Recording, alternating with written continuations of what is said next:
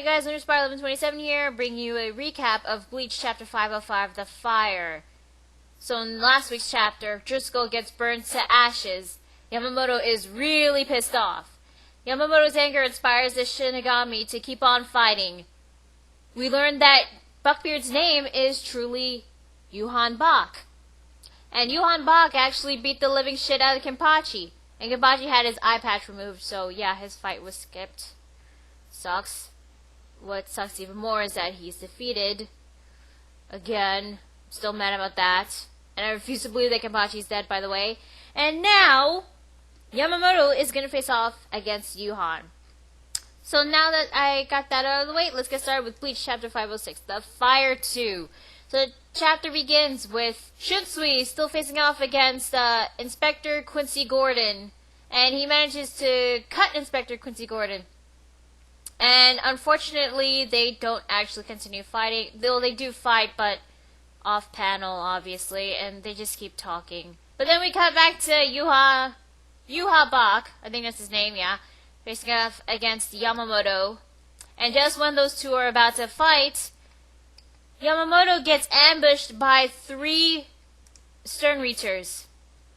The Mohawk Quincy, who took down the seated officers in Squad 3, Asnot, who killed Byakuya, and Nanana Najakoop. What the hell is he doing here?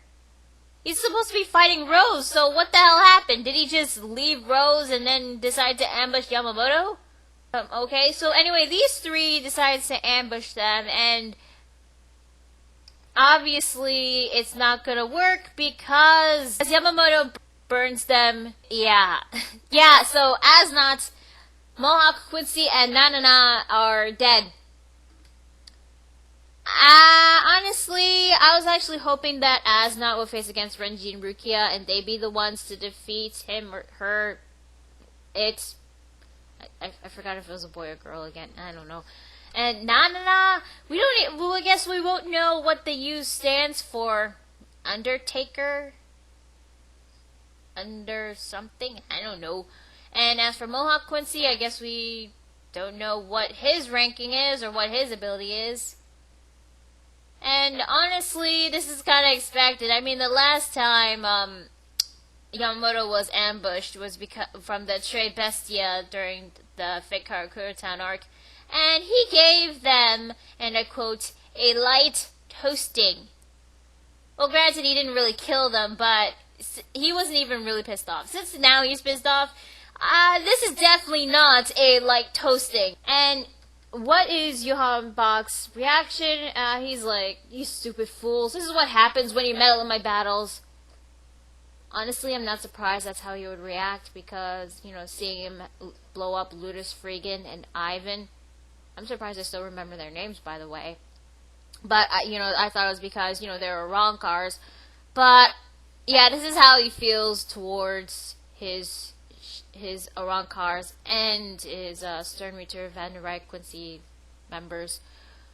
I guess he doesn't give 2 shits about them unless they actually complete their objective. Hell, Ludus Freegan and Ivan did complete their objective, but yet he blew their heads up. So I don't get this guy at all. So yeah, after that, Yamammoto manages to cut Juha in the arm. A lot of people getting their arms cut. And he tells him, you haven't changed, Juha Bach. Your nasty habit of thinking nothing of your subordinates. This is where it all ends. Yep, Yamammoto is really pissed off. And then Buckbeard, Juha, he's like, the way you lose yourself to anger, though, that does harken back to your old days of youth. You've really gotten old, Shigekuni Yamammoto. And then we had this, one panel of a little flashback. I guess this is when, Yamammoto and, Juha Bach faced off against each other. I think it was 1,000, 2,000 years ago. He does look a little older than, back when Chojiro Sasuke showed him his Bankai. He still has the 2 scars, so yeah, it was probably way back. And I like Yamamoto's response when he was called old. When Buckbeard's when Yuhan, it's hard getting used to calling him Juha Bach now. I mean, I've been calling him Buckbeard for a long time. Anyway, when Yuhan told him, like, you're getting old, Yamamoto's like, shut up, and, tries to slice him in half. I like it. I'm not old, shut up! So anyway, Yuhan gets one of the Quincy medallions. It's like the same ones that they use to seal the Bankais, except it has like 2 stars. One on the Quincy cross, and the other one on the inside of the medallion. And when he pulls it out, he summons his sword. Right after he drew his sword, Yamammoto is like, your blood, your flesh, your sword, your soul, your very bones, it was so I could crush it all to dust. And then the last page, holy shit, this is awesome. The flames of Ryujinjaka, they disappeared. And then in the final page, the chapter ends with him saying, Bankai, Zanka no Tachi.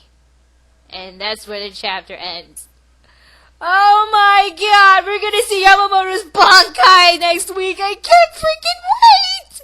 Sorry.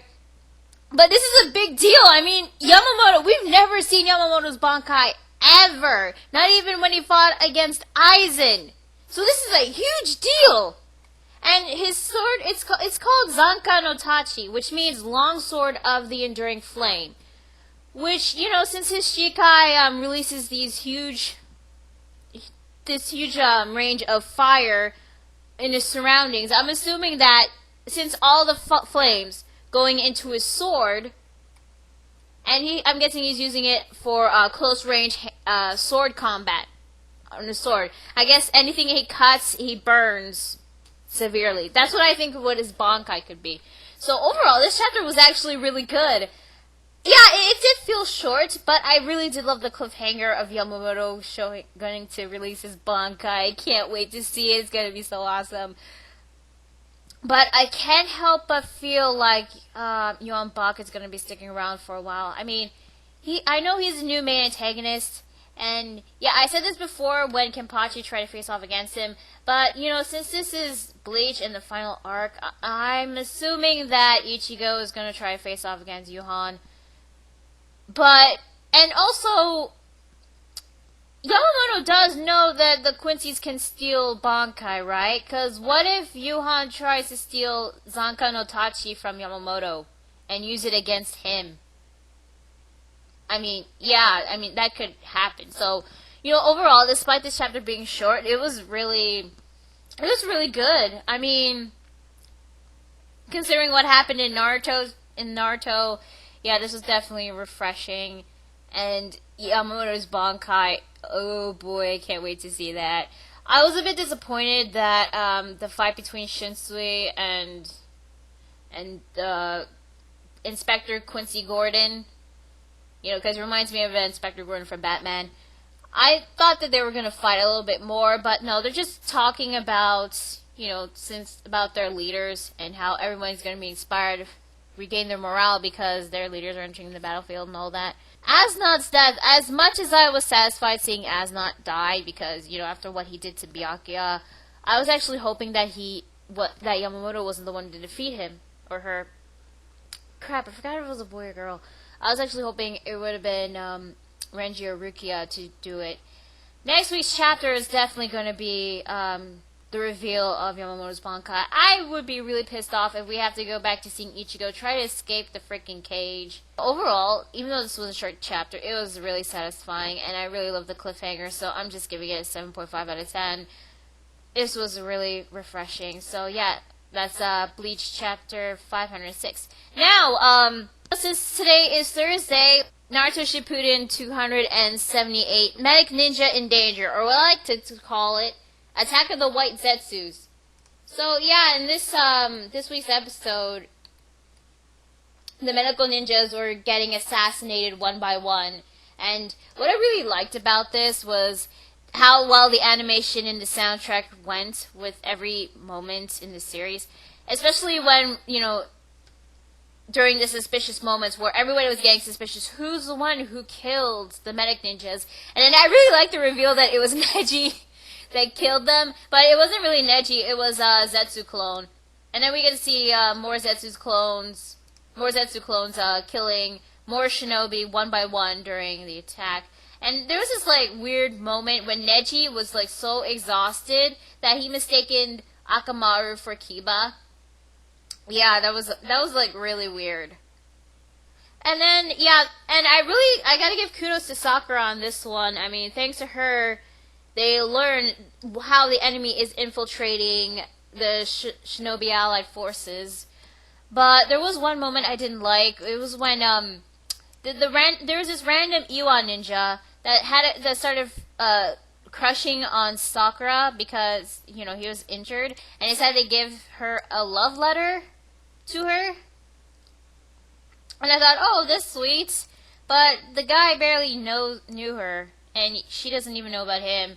And then she says, "I'm sorry, but I already love someone." And then the Iwa ninja, he was rejected, and it was kind of sad. But he was like, whoever this guy is, he seems to be a great guy. I hope it works out. And he leaves, and then you see Sakura sad, and then you see a brief moment of Sasuke. I was like, oh my god. I know I read this in the manga, and it did annoy me, but was really Sakura thinking about Sasuke? 'Cause, come on. I don't really want to get into the pairing wars, but at first when she said that there was someone else that she loved, I was actually hoping it was somebody else aside from Sasuke. I mean, I was actually hoping, when she was alone, I was like, please don't let it be Sasuke. Please don't let it be Sasuke. That was when that was in the manga. In this one, yeah, it's Sasuke. Was she really thinking about Sasuke when she said she was in love with someone else? Because if that means that she still loves Sasuke after, him trying to kill her 3 times, and him wanting to try to kill Naruto and everybody else, and Konoha, really? Whatever, whatever. So, yeah, but aside from that moment, I did like Sakura actually beating the crap out of that Zetsu clone. So yeah, and the episode ended with Shikaku trying to think of a way to figure out who is a Zetsu clone and who is a real comrade. And of course, knowing how the series is going to go, they're obviously going to need Naruto's help because, his chakra, he could sense who is who just by, from their hatred. I mean, it was already revealed during the episode when he sensed Kisame inside Samehara. Now, next week episode 279, it's definitely gonna be a filler. In fact, I believe the next 3 episodes are gonna be filler. But 279 features Team 8, Hinata, Kiba, and Shino, and it looks like they're gonna face off against more Zetsu clones. So it does seem interesting because, aside from like random fillers where they're gonna cut to more adventures of what happened before the war, we're actually going to get filler to extend some of the wars, some of the stuff that's going to be going on in the war, which I think that would be okay. I don't like it if they're going to like make a filler episode of stuff before the war or filler flashbacks. So, you know what? Next week 279, I think it might be a good episode. We'll just have to wait and see. And it's just like it's the war. It's going to continue off during the war. So, yeah, it should be good. And I think I think they have to wait to extend some of the moments before we get to see Naruto and Killerbee facing off against the Raikage. I think that's what happened after the Zetsu clones were revealed. It was a good episode, 278. So I'm also giving it a 7.5 out of 10. So yeah, next week episode is filler, but it looks like a good filler so far from the preview, from what I can tell. So I'm gonna watch that. So yeah, that's Bleach chapter 506 and Naruto Shippuden episode 278. I'm Lunar Spiral 27, and I'll see you guys later. Bye.